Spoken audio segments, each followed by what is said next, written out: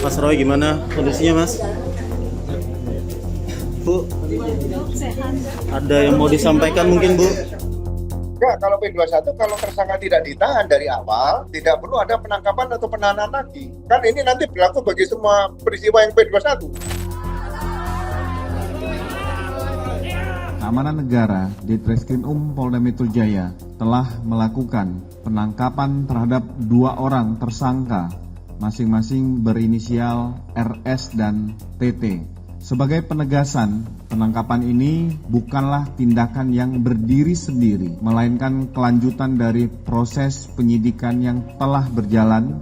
Berkas perkara telah dinyatakan lengkap atau P21 oleh Kejaksaan. Kita menganggap bahwa ini bukan penegakan hukum yang benar, ya, tetapi tentu kita tidak bisa menyalahkan penyidiknya karena dia hanya menjalankan perintah. Tetapi siapa yang memerintahkan itu, siapa yang kemudian berkepentingan agar ada penangkapan dan penahanan, inilah yang harus kita persoalkan sesungguhnya. Hanya untuk mau dihadapkan ke jaksa. Jadi jangan sampai ini jadi budaya baru. Perkara yang P21, perkara apapun yang sudah P21 bisa dilakukan penangkapan dan penahanan serahkan kepada jaksa. Ini kan menyalahi aturan hukum acara pidana seperti ini. Kasus yang menjerat Roy Suryo dan Dr. Tifa kembali memasuki babak baru setelah Polda Metro Jaya melakukan penangkapan terhadap keduanya usai berkas perkara dinyatakan lengkap atau P21. Langkah ini memunculkan berbagai pertanyaan di tengah masyarakat, terutama karena kuasa hukum menyebut kedua tersangka selama ini bersikap kooperatif, memenuhi panggilan penyidik, dan menjalani wajib lapor. Untuk membahas persoalan ini, kita akan tanya langsung dengan mantan Wakapolri, Pak Ogro Seno. Pak Ogro, ini bagaimana sih Pak Ogro melihat langkah Polda Metro Jaya usai menangkap Roy Suryo dan Dr. Tifa setelah berkas perkara dinyatakan lengkap atau P21? Apakah langkah tersebut lazim dalam praktik hukum pidana di Indonesia? Penanganan dalam suatu penyidikan itu kan dasarnya pasti ada kaitan hukum pidananya, ada hukum acara pidana, kemudian mungkinan di Polri juga ada peraturan kepolisian, kalau di Kejaksaan ada Pedoman Kejaksaan Republik Indonesia, yang terakhir ini yang terbaru ada nomor 1 tahun 2026. Nah, berkas perkara Pak Roy Suryo dan Dr. Tifa ini berdasarkan laporan polisi Pak Jokowi dan 3 orang lainnya yaitu Adi Kurniawan, Tejo Manan, dan satu lagi Samuel Specken. Ya. Nah, itu sudah dilimpahkan pertama kali Kejaksaan tanggal 13 Januari 2026. Nah, kemudian para terlapor ini diwajibkan untuk wajib lapor. Nah, dalam proses perjalanan ada 3 orang. Yang pertama 2 orang, yang kemudian tambah 1 orang yaitu Egy Sujana, Damai Hari Lubis, dan yang terakhir adalah Wismon. Melakukan restoratif justice.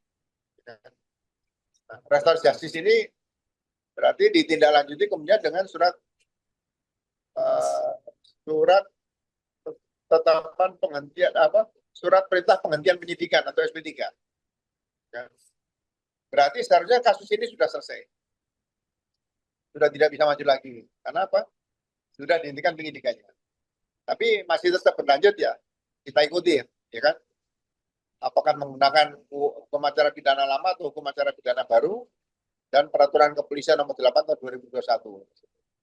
Nah, dalam perjalanannya berkas perkara ini selama hampir 1 tahun, nah, ternyata persis laporan Pak Jokowi itu tanggal 30 April 2025 dan tanggal 30 April 2026 ternyata P21 sudah terbit 30 April, ya. Karena P21 sudah terbit, para tersangka ini yang 5 plus 5 orang, karena 3 sudah RJ, 5 orang masih wajib lapor. Nah, sebelum penangkapan tanggal 19 Juni kemarin ya, 19 Juni, hari Senin sebelumnya itu mereka sudah wajib lapor. atau hari Jumat pagi setelah subuh itu terjadi penangkapan baik Roy Suryo maupun Dr. Tifa. Nah, kalau 30 April sudah P21 berarti tanggung jawab berkas ini kan ada di pengendali perkara kan di pihak kejaksaan. Ya kan? Mengapa masih ada penangkapan yang dilakukan setelah tanggal 30 April? Setelah ada P21 tanggal 30 April 2026, ya. Kemudian mengapa terjadi lagi penangkapan yang dilakukan tanggal 19 Juni 2026? Berarti itu kurang lebih hampir 2 bulan ya, 2 bulan kurang ya, seperti itu.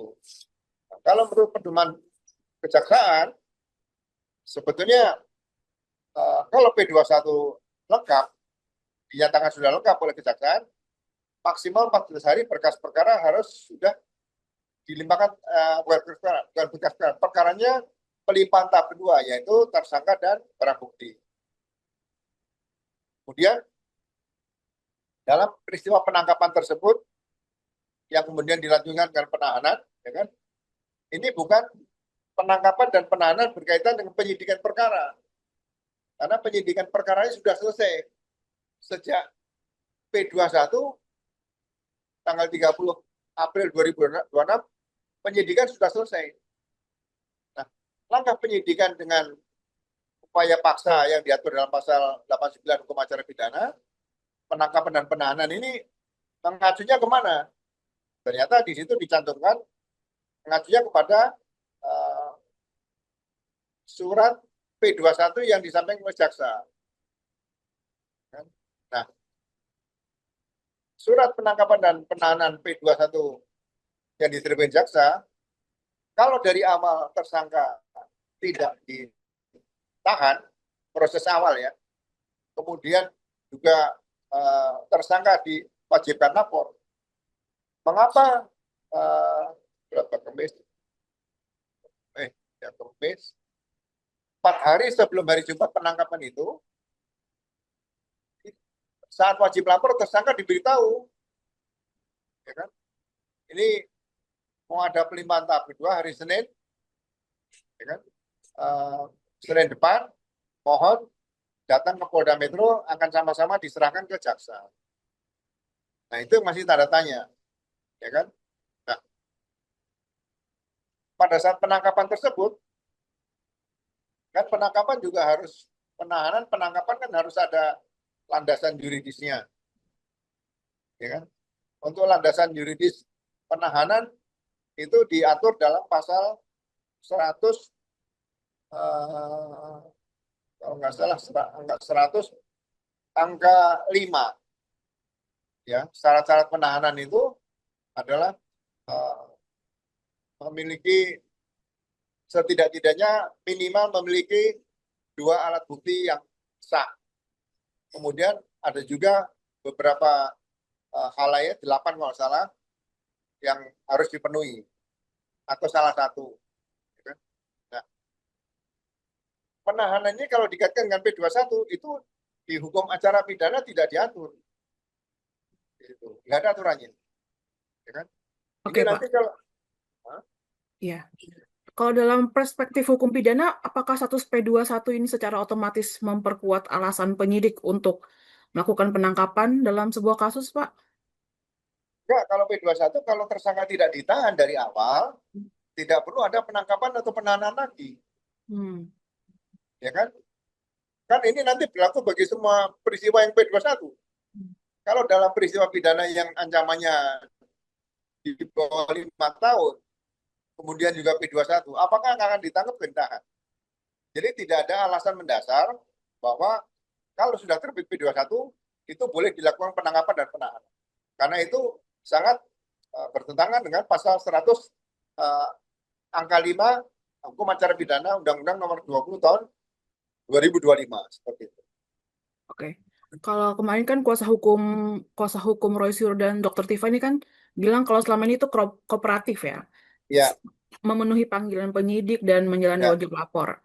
Kalau memang hal itu benar, Pak Ogro, dalam situasi seperti apa sih penangkapan tetap dapat dibenarkan secara hukum?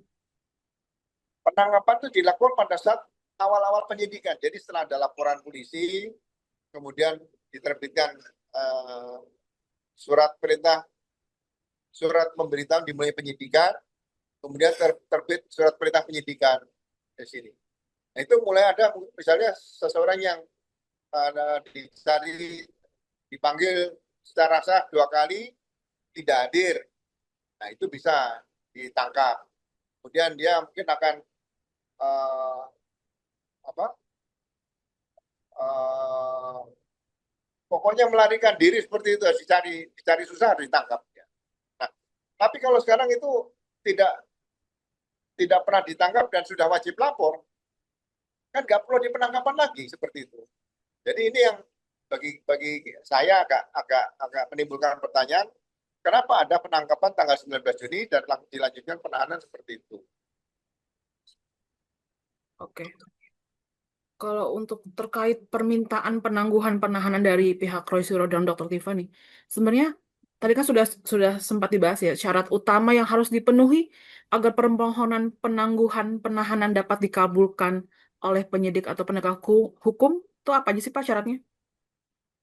Ya gini, kalau perintah penahanan itu dikaitkan dengan akan dilakukan penyerahan atau pelimpahan berkas tahap 2, yaitu penyerahan tersangka dan barang bukti, ya kalau sudah ditahan ya ngapain ditangguhkan? Kan tidak perlu ditahan dulu dari awal, ya kan? Jadi nggak perlu ada penangguhan.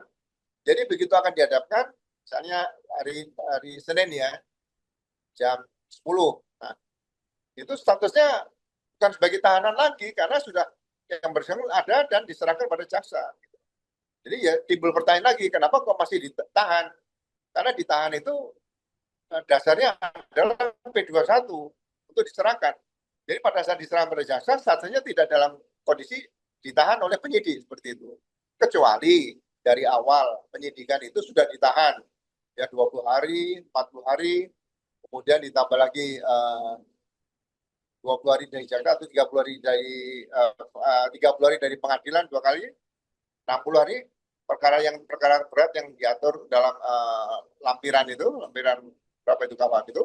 Nah, itu kalau tetap ditahan ya dilanjutkan ke jaksa sampai ke penuntutan itu ya tetap ditahan. Tapi kalau hanya akan dihadapkan di surat perintah itu dicantumkan surat P21 dari kejaksaan, ya begitu akan diberangkatkan ke jaksa sudah di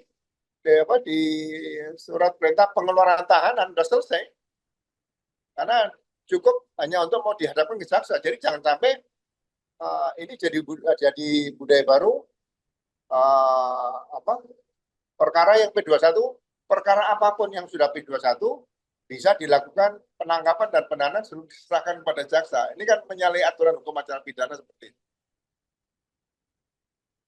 Oke. Pak Ogro, kalau sebenarnya ada nggak sih batas waktu tertentu untuk pengajuan dan keputusan penangguhan penahanan dalam proses penyidikan? Kenapa? Ada batas waktunya nggak Pak untuk mengajukan keputusan penangguhannya itu? Ya. Kalau penangguhan itu saya katakan dari awal penyidikan itu ada kewenangan penyidik dapat dilakukan penahanan, kan? Kemudian dalam proses penahanan tadi mungkin perkaranya juga masih dikatakan bisa dikatakan tidak perlu menahan, misalnya ada permohonan penangguhan dan itu pertimbangan penyidik bisa dilakukan penangguhan, ya diajukan permintaan penangguhan, kemudian dipertimbangkan mungkin digelar perkaranya baru dilakukan penangguhan. Penangguhan kapan saja bisa asal tersangka ini memang kondisinya ditahan oleh penyidik seperti itu. Pak Ogro, kalau dari sudut pandang mantan pimpinan Polri, bagaimana sih Pak publik dapat menilai apakah suatu penangkapan dilakukan murni berdasarkan kebutuhan penegakan hukum dan bukan pertimbangan lain?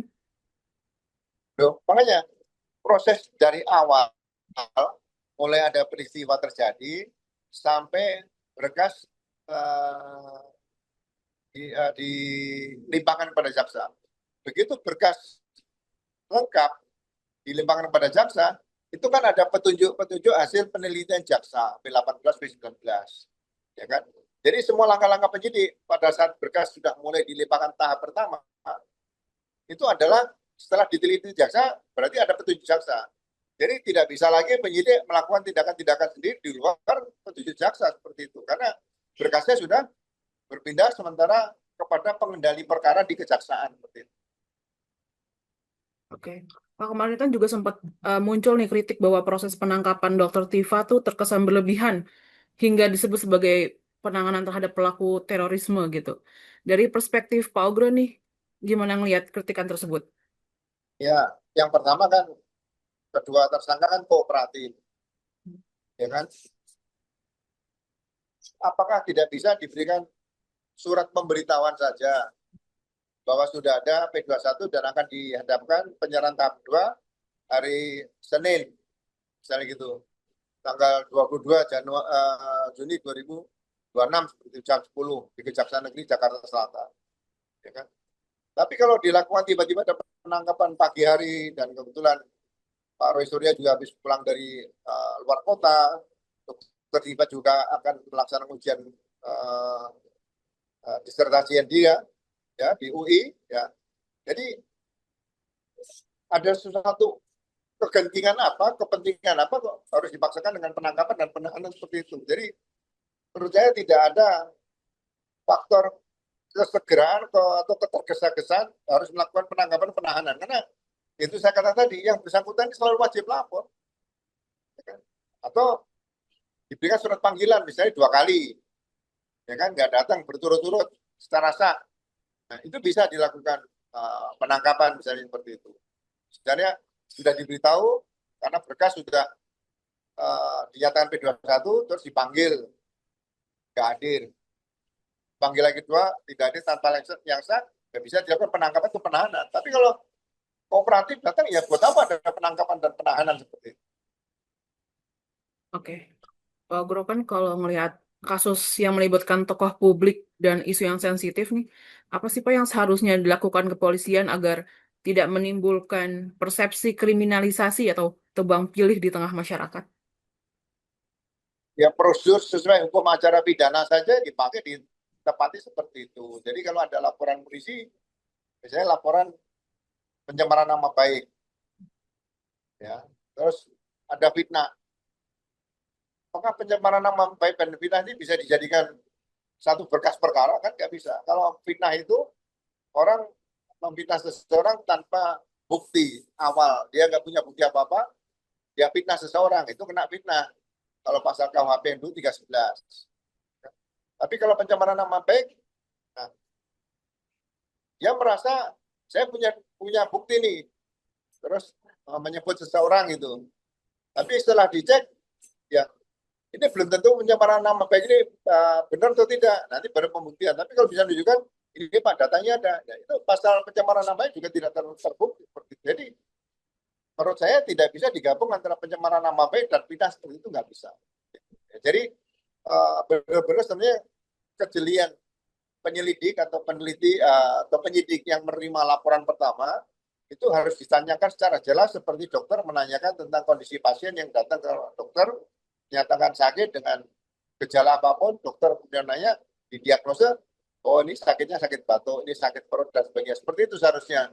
Ya, jadi sekali lagi hukum pidana itu tidak bisa dianalogikan kemudian diartikan arti lain, dari harus secara eksplisit apa yang disebutkan dalam undang-undang itulah yang dijadikan pedoman untuk melakukan penyidikan seperti itu. Pak Ogro, dari informasi yang telah beredar ke publik sejauh ini apakah ada aspek dalam proses penangkapan Roy Suryo dan Dr. Tifa yang menurut Pak Ogro nih perlu dijelaskan lebih rinci oleh penyidik kepada masyarakat? Kalau menurut beberapa keterangan seolah saya memberikan informasi pasti saya selalu berdasarkan dengan undang-undang, dengan hukum acara pidana. Ya, saya memberikan koreksi karena saya masih cinta Polri, bukan saya benci Polri, ya kan? Saya memberikan koreksi, saya menjaga jangan sampai Polri ini dihujat oleh masyarakat. Saya memberikan koreksi supaya polisi itu tidak tumbul ke bawah, tajam ke bawah, tumbul ke atas. Jadi benar-benar polisi itu harus netral sebagai alat negara. Kita kan bukan masuk polisi terus dapat pensiun terus selesai, bukan. Ya kita harus mencintai polisi sampai seumur hidup kita, sebelum kita meninggal dunia dikubur itu, kita masih cinta Polri seperti itu. Jadi kalau melihat sesuatu yang tidak tepat, misalnya seperti dulu saya Kapolda Sulawesi Tengah, seseorang sudah divonis terpidana mati, sudah mulai vonis pengadilan pertama, banding, kasasi, kemudian PK, gerasi pertama sudah ditempuh. Tapi karena saya waktu itu Kapolda, ada situasi yang perlu dibuka, ternyata ini kriminalisasi. Saya panggil saksi-saksi waktu sidang. Nah, menurut saya masih ada celah nggak untuk bisa menyelamatkan yang bersangkutan gitu loh. Ternyata menurut Undang-Undang Gerasi waktu itu nomor 22 tahun 2002 masih bisa diajukan 2 kali gerasi seperti itu. Jadi ya polisi manusia tapi kan punya nurani. Jadi bukan hanya sebagai robot yang bisa diperintah tembak, kejar, gebuk, lari, bukan. Polisi itu manusia, itu nggak pakai nurani gitu. Kalau Pak Ogro masih menjabat sebagai Wakapolri dan menghadapi kasus dengan kondisi serupa nih, apakah Pak Ogro akan merekomendasikan penangkapan atau cukup wajib lapor dalam kasus ini? Saya rasa wajib lapor itu pun seharusnya seseorang sudah ditahan, kemudian ditangguhkan. Ada penangguhan itu wajib lapor. Tapi kalau tidak ada penahanan, ya berarti tidak ada wajib lapor. Kita kan sesuai dengan hukum acara pidana, ya kan? Nah, kemudian wajib lapor. Sampai sekarang belum ada peraturan kepolisian yang menyatakan wajib lapor itu berapa hari sih, berapa kali sih, begitu. Ya. Jadi ini harusnya dipelajari oleh bagian penelitian pengembangan Polri atau Barreskrim. Ya. Wajib lapor yang ditentukan seharusnya untuk warga masyarakat yang dilaporkan, misalnya setelah tahan, kemudian ditangguhkan ini berapa kali, ya kan? Nah itu sebenarnya bisa dievaluasi atau dianalisa seperti gini, berkas perkara kalau sudah dinyatakan lengkap itu dikirim ke jaksa 7 hari, jaksa meneliti, kemudian dikembalikan kepada penyidik, penyidik melengkapi 14 hari, jadi 21 hari. 21 hari kalau bolak-balik 3 kali, back and forth 3 kali berarti ada 63 hari. Nah, udah wajib lapor sama 63 hari ya cukup. Seperti itu. Atau kalau ditambah 63 tambah 21 berarti 74 hari cukup. Jangan sampai wajib lapor selama proses itu belum dikirim ke jaksa, orang wajib lapor nggak selesai-selesai, itu juga diperhatikan. Makanya ke depan perlu dibuat peraturan kepolisian yang lebih jelas setelah hukum acara pidana ini diterbitkan seperti itu. Jadi kalau saya percaya, ya kalau tidak perlu nahan, ya tidak usah menahan, karena itu bukan hak penyidik untuk nahan. Kewenangan dapat melakukan penahanan dengan alasan ABCD seperti itu. Ya, jadi sekali lagi jangan dianggap itu hak untuk bisa menahan seseorang dengan cara oh ini saya tangani, kamu saya tahan. Jadi aspek formil materialnya juga harus dipenuhi sebelum mengambil keputusan seseorang itu akan ditahan atau tidak seperti itu. Oke, Pak Ogro, kan kasus ini memang menunjukkan bahwa setiap upaya paksa termasuk penangkapan perlu dijalankan ya Pak, tidak hanya sesuai prosedur, tetapi juga dengan mempertimbangkan aspek keadilan dan transparansi di mata masyarakat. Oke, kalau gitu baik. Terima kasih Pak Ogro Seno atas waktunya sudah mau berbagi Sama-sama, Pak Yuli. bersama dengan Kompas TV. Terima kasih Pak Ogro. Terima kasih. Ya.